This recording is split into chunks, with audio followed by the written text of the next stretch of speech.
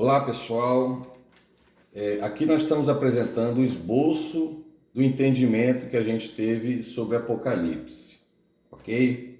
Então, o que nós devemos dizer primeiramente aqui? O ponto central do entendimento da gente está nos 4 primeiros selos. Eles representam respectivamente a Babilônia, o segundo, o Império Medo-Persa, o terceiro, a Grécia, e o quarto, Roma. Esses, então, seriam os cavaleiros do Apocalipse, ok? Agora a gente vai para as evidências da veracidade desse nosso entendimento, ok? Em Apocalipse 12, há uma descrição de uma mulher e o dragão. Você pega lá em Apocalipse 12, você vai ver essa descrição. E a mulher representa Israel claramente. A gente vê que a mulher representa Israel. E o texto, ele relata fatos que ocorreram com Israel antes da vinda de Cristo. Se você ver lá, você vai ver que está escrito: estava grávida e com dores de parto e gritava com ânsias de dar à luz. Isso é uma prova de que João não só descreve coisas do futuro, mas também coisas que ocorreram anteriores ao seu tempo. No caso, as provações que Israel sofreu durante o domínio dos impérios babilônicos, Medo, grego e persa. Essa mulher, ela está grávida e com dores de parto e gritava de ânsias de dar à luz, porque Deus levantou esses impérios para embranquecer Israel, né? Você vai ver aqui em Daniel, capítulo 12, 10, muitos serão provados e embranquecidos. E foi isso que aconteceu com Israel. Deus usou esses reinos para preparar para a vinda do Cordeiro aqui no 5º selo, onde a gente vê que aqui é a era da igreja, ok? Então, qual outra evidência que a gente pode ter da veracidade desse entendimento? É notório e evidente que o 5º selo descreve a era da igreja e que o 6º selo descreve o início da grande tribulação. Basta você dar uma lidinha e você vai ver que isso é correto.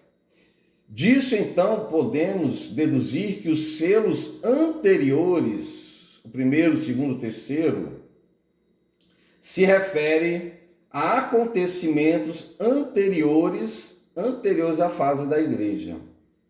Tá?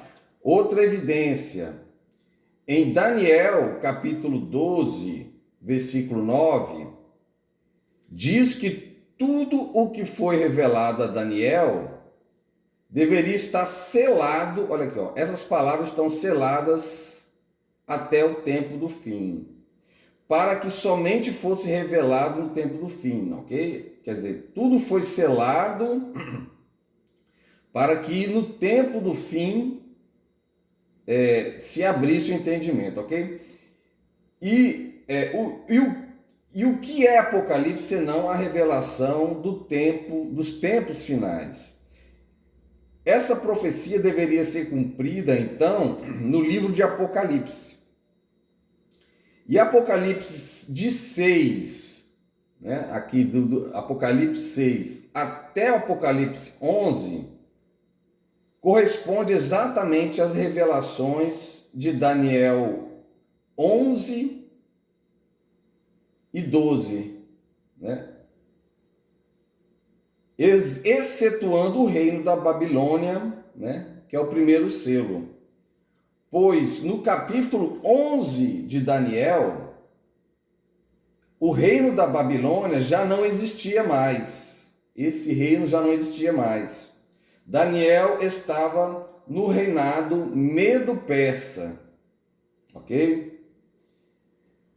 Essa é outra evidência, né, que nos mostra a veracidade desse entendimento, né? Está falando, essas palavras estão seladas até o tempo do fim. O fim, o Apocalipse descreve o tempo do fim, né? Então, o livro selado, ele vai abarcar também aquilo que Daniel entendeu nos capítulos 11 e 12, né? Mas nós vamos pegar Daniel 2, por quê? Porque Daniel 2, que fala ali do sonho de Nabucodonosor, ele começa falando da Babilônia, né? Então, Daniel 2 a visão é mais completa, né? Ela, inclusive, abarca exatamente todos esses períodos aqui, né? Até a vitória do Cordeiro, que é onde a pedra do monte destrói os reinos anteriores, né? Agora nós temos outra evidência também da veracidade desse entendimento. Por quê, irmãos? As cores, branco, vermelho, preto e amarelo, são as cores dos cavalos de Apocalipse 6. Nos conduz ao mesmo significado dos metais descritos no sonho de Nabucodonosor. Esses metais, ouro, prata, bronze e ferro. Tanto nas cores quanto nos metais, vemos uma conotação de decadência, depreciativa dos elementos, do branco para o amarelo e do ouro para o ferro. Essa depreciação significa uma evolução da maior para menor presença ou influência da manifestação de Deus nos reinos ou impérios humanos, Babilônia, Medo-Persa, Grécia e Roma, né? Nós vemos aqui, Babilônia, a cor é branca.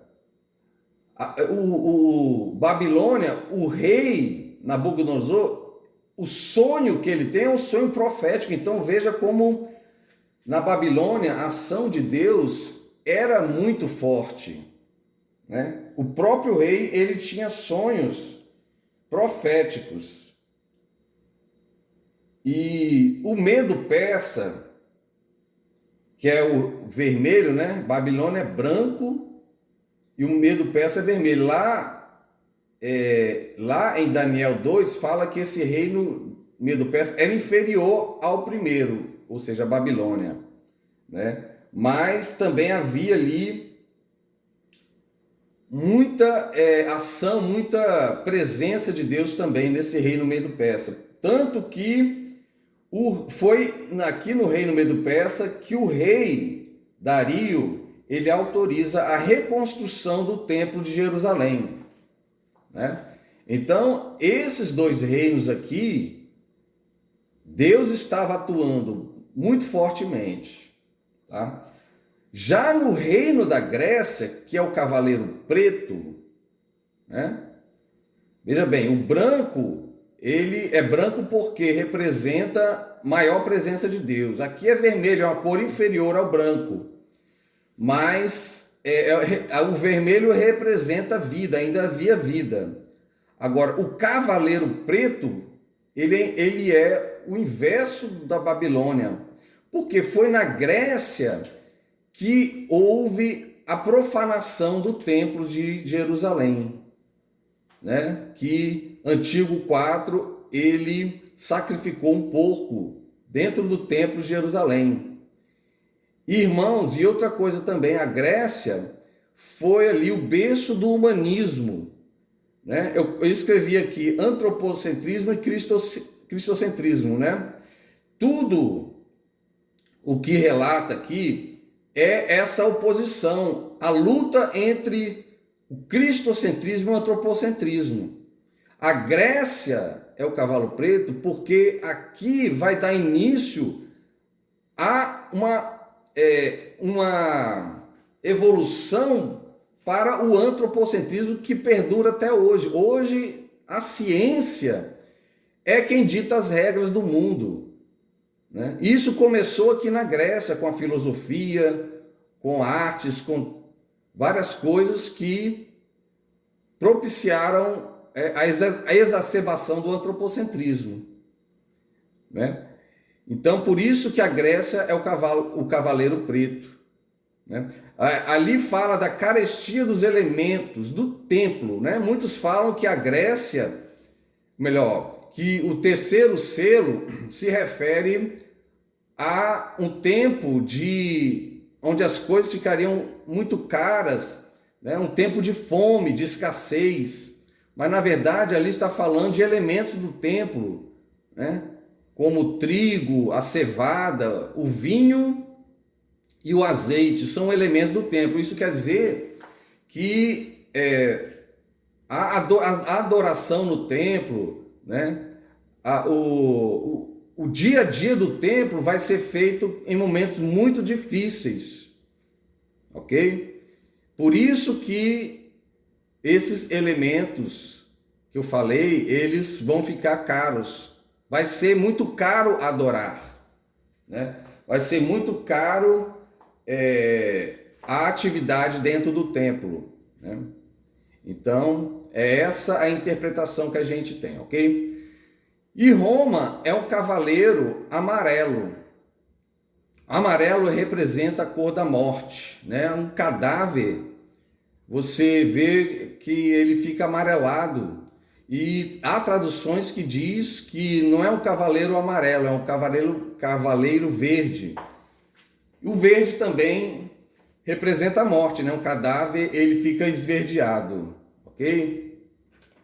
Então, esta é outra evidência do que a gente está falando aqui, a veracidade do que a gente está falando aqui. Todas essas coisas que nós falamos aí, ok, irmãos? Agora a gente vai dar uma olhadinha nisso aqui que é importante, ó. Daniel 2 fala que a Babilônia é ouro, o Medo-Persas é prata, a Grécia é bronze, Roma é ferro. E aqui, na era da igreja, no quinto selo, representa aqui o ferro misturado com barro. O entendimento aqui, irmãos, é o seguinte, é que o barro, o homem ele veio do barro. O barro representa a morte, representa ali a falta do sopro de Deus. Então, havia na era da igreja, isso em relação ao reino ali de Roma, né? Que era o reino da época da era da igreja. Havia um pouco da influência de Deus, mas era ferro misturado com barro, né? Era um reino dividido e fraco, o reino de Roma. O reino de Deus, ele é o que importa a partir da era da igreja, ok? Israel já tinha perdido, né? Deus, ele tentou implementar um reino dentro do mundo, mas Israel perdeu. Então, a partir da Babilônia, aqui interessava construir o reino celestial. Então, o reino do mundo, ele é fraco e de barro, morto da presença de Deus. O que interessa agora é a construção do reino celestial, ok? Então, é isso que nós vamos ver. E o continuar aqui dos selos 6 e 7 é a tribulação e a vitória do Cordeiro. Aqui é o que está escrito lá no final de Daniel 12, ou melhor, exatamente, em Daniel 2, que fala do sonho de Nabucodonosor, que a pedra que destrói todos os reinos viria uma pedra, né, de um monte que destruiria todos os reinos anteriores. Então, aqui representa o sexto selo e o sétimo selo, ok? O início da grande tribulação é Jesus vindo para estabelecer o reino de Deus sobre toda a humanidade, ok? Então, é isso que nós deveremos, assim, em resumo, falar a respeito disso, né? E depois nós iremos fazer aqui um paralelismo entre Apocalipse 6 e Daniel 2, ok? Para você vai ver mais evidências, aí sim vai ficar muito evidente que esta visão ela é correta, ok? Então, por hoje é isso e até o próximo vídeo.